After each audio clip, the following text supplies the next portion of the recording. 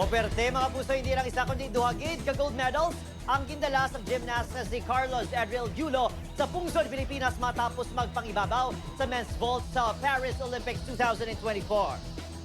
Ang 24 anyos na si Yulo nakatigayos ng scoring ng 15.43 points sa Rise Guang vault.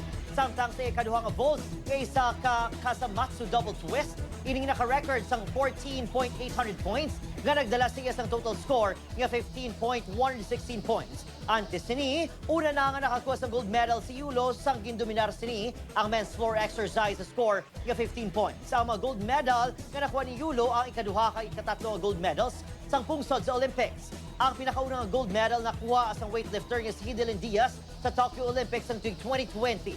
Magluwas kay Yulo, sigurado naman nga makakuha sa bronze medal ang Pinay boxers nga sa Dynasty Petesio kag Ira Villegas.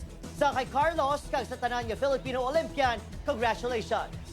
Pong magpasalamat sa pagpupuyat nyo po. Grabe po sa pag-take ng time po mga kapuso na pagdasal ako, panoorin, subaybayan. Maraming salamat po sa inyo lahat.